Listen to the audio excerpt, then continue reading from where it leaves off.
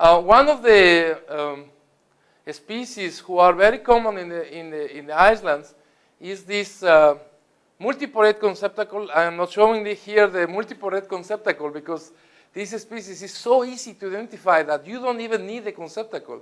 You just need to see these little discs who will twist and form these tubes. This is typical of Mesophyllum erubescens worldwide. Any part of the world I've been in Brazil in the recent months, and I've been in Hawaii and Australia, and I've been in Europe, and any part where you find erubescence, you will see this kind of a straw structure, and no one else has it. And this little disc who form the thalli. So even you don't need to worry about conceptacles or understand much more than find the straws. In the case of other species which are very common in the Hawaiian Islands, you can see here, I hope, is the crust and the conceptacle coming out of the crust, or the conceptacles flush with the thalli surface. So sometimes can be depressed below the surface, or sometimes can be slightly protruded. You will see in a minute. One of the very common species in the coral reefs and in many other areas in the Hawaiian, and is the type locality is Mastophora pacifica, and it can be easily identified because of this they grow like overlying crust, and in the top of the crust they will grow the conceptacle.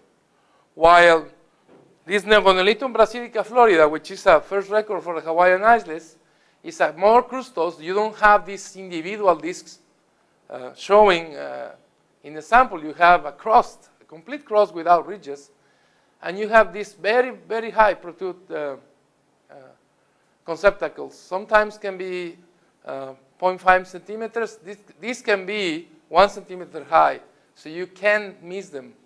In relation to the other ones, like Hydrolithron remboldii, which is very, very common here, where the conceptacle is in a depression and the pore is right here. I'm still debating with some of the photographs. That's something I have to work more to get a better quality picture to make people lives easier. But in a regular sample, you will see all this pitted surface. And this is Hydrolithron remboldii easily. Other of the common species in the area, and it's very common worldwide, is Litophyllum coralline. And Litophyllum coralline has a wide ring in the conceptacle pore. This also is very common in other areas of the world who are being working in, like in the Gulf of California, in Brazil, in the Caribbean now we have also coralline.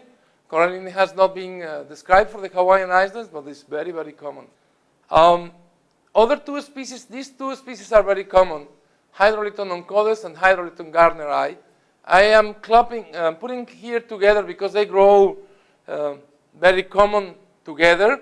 They grow very close to the corals, and it will be very hard, and it will not have any other meaning if you try to split apart them. So in this case, I decide, or I think it will be better just to put together the two names. While in the case of Hydrolithron samoense, which is a typical Indo-Pacific species, have this spotted in the surface. The photo is not good in the quality, but you can see the spots. And it's very typical. You don't even need, again, here the conceptacles, and the conceptacles are here, flush. Yeah? But the spots, like marks, are very, very typical. And it's a very extensive crust. This also, too, you can see all over the place. And another thing in the guide, you will have this surface view and this habitat shot for every single species.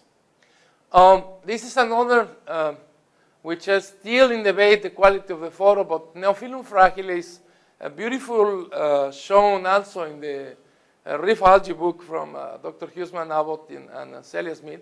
But this is very typical, who has a conceptacle a little bit protruded from the surface, and we have also little spots, but more concentrated in rings, which are trichocytes, kind of a vegetative structure for accumulate nitrogen, which cannot be very well seen in this picture, I'm sorry.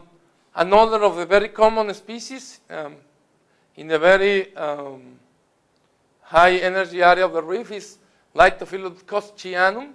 Coschianum is a typical Indo-Pacific species.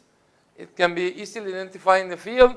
The conceptacles are flush over the surface and very small, no rings, nothing, is just little dots. Spongiris fructiculosus is a very typical species in the intertidal areas, especially in rocky. There are no common collections of Spongiris fructiculosus over the coral reef areas. This is more intertidal, shallow subtidal rocky areas. And the conceptacle is also very typical, who forms, it's like a little volcano structure, but there are no ridges, the individuals, they fuse when they grow together, so there are no ridges like in the other ones, and the conceptacle is like above the surface. The ones who live in the base of the corals, Spongiris gendoi, which is formed ridges like this one, growing ones over the other one, and the conceptacles are flush, but the flushing is really easy to identify, looking like very flat.